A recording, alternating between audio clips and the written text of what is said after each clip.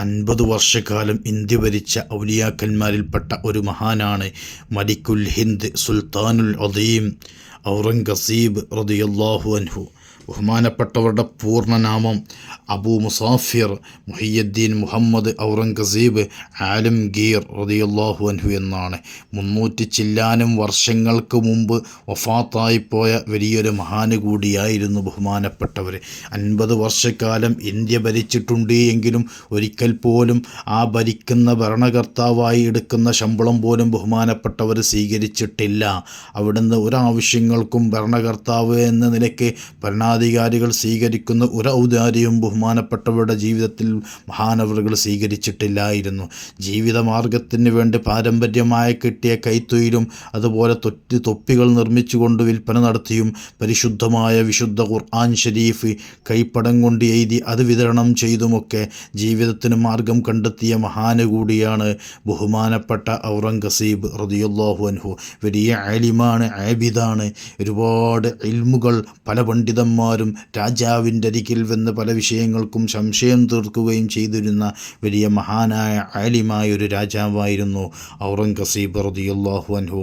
ഈ പിതാവിൽ നിന്ന് തന്നെയാണ് അവിടുത്തെ മകളായ മൂന്നാമത്തെ മകൾ ബീവി സീനത്തുന്നിസാ ബീഗം റളിയല്ലാഹു അൻഹ ഇൽമാദ്യമായി നുകരുന്നതും പിന്നീട് ലോകപ്രശസ്തയാർജിച്ച ആലിമത്തായ വനിതയായി മാറുന്നതും പരിശുദ്ധമായ ഖുർആൻ ഷരീഫിന് തഫ്സീർ എഴുതിയാൻ വലിയ ഭാഗ്യം ലഭിച്ച ഒരു സഹോദരിയായി കൂടി മാറിയത് ഈ പിതാവിൽ നിന്ന് തന്നെയാണ്. ആ സഹോദരിയുടെ ഇൽമിൻ്റെയും തുടക്കം.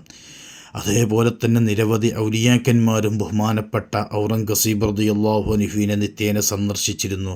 അവിടുത്തെ ജീവിതമെന്ന് പറഞ്ഞാൽ നിത്യേന ദായിമായി പ്രായപൂർത്തിയെത്തിയതിന് ശേഷം വുദു വല്ലാതെ സൂക്ഷിച്ചിരുന്ന മഹാനാണ്. വല്ലപ്പോഴും വുദു മുറിഞ്ഞു പോയാൽ ഉടനെ തന്നെ പുതുക്കുകയും മരണം വരെ ദായിമായ വുദുവിൽ എപ്പോഴും സദാ വുദുവിലായി കഴിഞ്ഞുകൂടുകയും ചെയ്തിരുന്ന ഹനഫി മദ്ഹബനുസരിച്ച് ജീവിച്ച അഹ്ലുസുന്നത്ത് വൽ ജമാഅത്തിൽപ്പെട്ട വലിയൊരു ആലിമ് കൂടിയായിരുന്നു ഔറംഗസീബ് റളിയല്ലാഹു അൻഹു.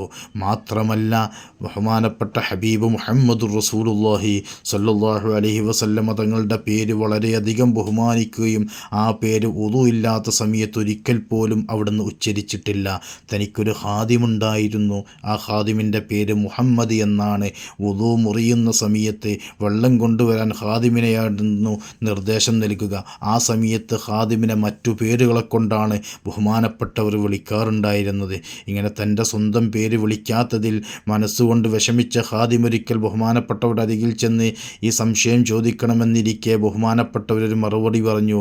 ഞാൻ ഒരിക്കലും ഇന്ന് വരെ മുഹമ്മദ് സ്വല്ലല്ലാഹു അലൈഹി വസല്ലം ഹബീബായ തങ്ങളുടെ പേര് ആർക്ക് തന്നെയുണ്ടെങ്കിലും ആ മുഹമ്മദ് എന്ന പേര് ഞാൻ ഉച്ചരിക്കണമെങ്കിൽ എനിക്ക് വുദു ഉണ്ടായിരിക്കണം. വുദു ഇല്ല എങ്കിൽ ഞാൻ ഒരിക്കലും ആ പേര് ഇന്ന് വരെ ഞാൻ ഉച്ചരിച്ചിട്ടില്ല. അങ്ങനെ ഹബീബായ സ്വല്ലല്ലാഹു അലൈഹി വസല്ലം തങ്ങളെ വളരെയധികം സ്നേഹിച്ച വലിയൊരു ആഷിഖുർ റസൂൽ കൂടിയായിരുന്നു 50 വർഷക്കാലം ഇന്ത്യ ഭരിച്ച ബഹുമാനപ്പെട്ട ഔറംഗസീബ് റളിയല്ലാഹു അൻഹു. മാത്രമല്ല ഇന്ത്യയുടെ അങ്ങോളം ഇങ്ങോളം വരുന്ന എല്ലാ ഭാഗങ്ങളിലുള്ള വലിയ വലിയ സമുന്നതരായ ഔലിയാക്കന്മാരെ നിത്യേന അവിടുന്ന് സിയാറത്ത് ചെയ്യൽ പതിവായിരുന്നു. എല്ലാ ഔലിയാക്കന്മാരെയും സിയാറത്ത് ചെയ്യും. കെട്ടിപ്പൊക്കിയ മഖ്ബറകൾക്കരിയിൽ ചെന്ന് സലാം പറയും. സലാം അവർ മടക്കുന്ന ശബ്ദം ബഹുമാനപ്പെട്ടവർക്ക് കേൾക്കാൻ കഴിഞ്ഞിട്ടില്ലെങ്കിൽ ഔലിയാക്കന്മാർക്ക് ചിലപ്പോൾ അള്ളാഹു കൊടുത്ത കഴിവ് കൊണ്ട് അവർക്ക് മറ്റുള്ള അദർശ്യ കാര്യങ്ങൾ അറിയാനും അദർശ്യ ശബ്ദങ്ങൾ കേൾക്കാനും അവർക്ക് സാധിക്കും എന്നാണ് അഹ്ലുസുന്നത്ത് വൽ ജമാഅത്തിൻ്റെ വാദം. അള്ളാഹു കൊടുക്കുന്ന കഴിവുകളാണതെല്ലാം. അള്ളാഹുവിനെ സ്നേഹിച്ച് അള്ളാഹുവിന് വേണ്ടി ജീവിതം മാറ്റിവെക്കുന്നവർക്ക് അള്ളാഹു നൽകുന്ന അനുഗ്രഹങ്ങളാണ്. ആ അനുഗ്രഹമുള്ളൊരു വ്യക്തിയായതുകൊണ്ട് ഖബറിൽ നിന്ന് സലാം തിരിച്ചു മടക്കിയിട്ടില്ല എങ്കിൽ ബഹുമാനപ്പെട്ടവർ ആ ഖബറ് പൊളിക്കാൻ നിർദ്ദേശം നൽകാറുണ്ടായിരുന്നു. ഇങ്ങനെ ഒരിക്കൽ അജ്മീറിൽ എപ്പോഴും സദാ സിയാറത്ത് ചെയ്യുന്ന ബഹുമാനപ്പെട്ട ഖാജ മുഈനുദ്ദീൻ ചിശ്തി റളിയല്ലാഹു അൻഹുവിനെ വളരെയേറെ സ്നേഹിച്ച അവിടുത്തെ ഒരു മുരീദ് കൂടിയാണ്. അവിടുത്തെ തരീഖത്ത് കൊണ്ടു നടക്കുന്ന ആ തരീഖത്തിൻ്റെ ഒരു വാക്താവ് കൂടിയായിരുന്നു ബഹുമാനപ്പെട്ട ഔറംഗസീബ് റളിയല്ലാഹു അൻഹു. അജ്മീറിനടുത്തുള്ള താരാഗഡ് പർവ്വതത്തിൻ്റെ മുകളിൽ അന്ത്യവിശ്രമം കൊള്ളുന്ന മീർ ഹുസൈൻ റളിയല്ലാഹു അൻഹുവിൻ്റെ സമീപത്ത് തന്നെ ഒരു പച്ച പുതച്ചൊരു ഖബർ നമുക്കിന്നും കാണാൻ സാധിക്കും. ആ ഖബറിലേക്ക് ബഹുമാനപ്പെട്ടവർ സലാം പറയുകയും ആ ഖബറിൽ നിന്ന് ഖബറാളി സലാം അടക്കാത്തത് കാരണം ആ ഖബർ പൊളിക്കുകയും അവിടുന്ന് പൊളിച്ച് അതിൻ്റെ കെട്ടിപ്പൊക്കിയ ഭാഗം നീക്കം ചെയ്തിരുന്നു.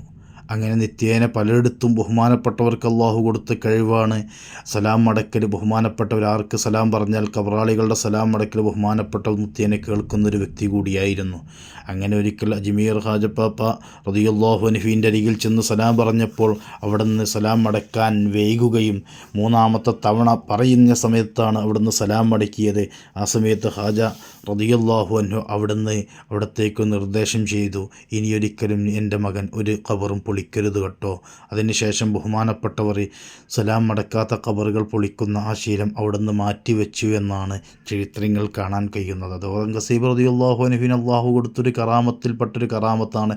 ബഹുമാനപ്പെട്ട കബറാളികളോട് സലാം പറയുകയും ആ സലാം മടക്കുന്ന ശബ്ദം ബഹുമാനപ്പെട്ടവർക്ക് കേൾക്കാൻ സാധിക്കുകയും ചെയ്തിരുന്നു.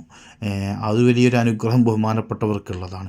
ഇതുപോലെ ദിനേന ബഹുമാനപ്പെട്ടവരുടെ പ്രജകളിൽപ്പെട്ടവർക്ക് വലിയ മാരക ബുദ്ധിമുട്ടുകൾ വല്ലതും വരുമ്പോൾ ബഹുമാനപ്പെട്ടവരുടെ മന്ത്രവും അവിടുത്തെ നിർദ്ദേശവും അവിടുത്തെ ഓത്തും അവരുടെ രോഗത്തിന് ശിഫാഇന് ഒരു കാരണം കൂടിയായിരുന്നു. ഇങ്ങനെ ജീവിതത്തിൽ വലിയ കറാമത്തുകൾ കാണിക്കുകയും മഹത്തായ ഇന്ത്യ രാജ്യത്തെ നല്ല നിലയിൽ ഭരണം നടത്തിക്കൊണ്ട് പാവങ്ങൾക്ക് വലിയ അത്താണി കൂടിയായി ജീവിച്ച മഹാനാണ് ബഹുമാനപ്പെട്ട ഔറംഗസീബ് റളിയല്ലാഹു അൻഹു. ബഹുമാനപ്പെട്ടവരുടെ മഖ്ബറയിലേക്ക് പോകുന്ന വഴി കേരളത്തിൽ നിന്ന് പോകുന്നവരാണെങ്കിൽ മുംബൈ റെയിൽവേ സ്റ്റേഷനിലേക്ക് ടിക്കറ്റ് എടുത്ത് അവിടെ ഇറങ്ങി അവിടെ നിന്ന് ഔറംഗാബാദ് ട്രെയിൻ ഇഷ്ടംപോലെ ട്രെയിനുകളുണ്ടാകും.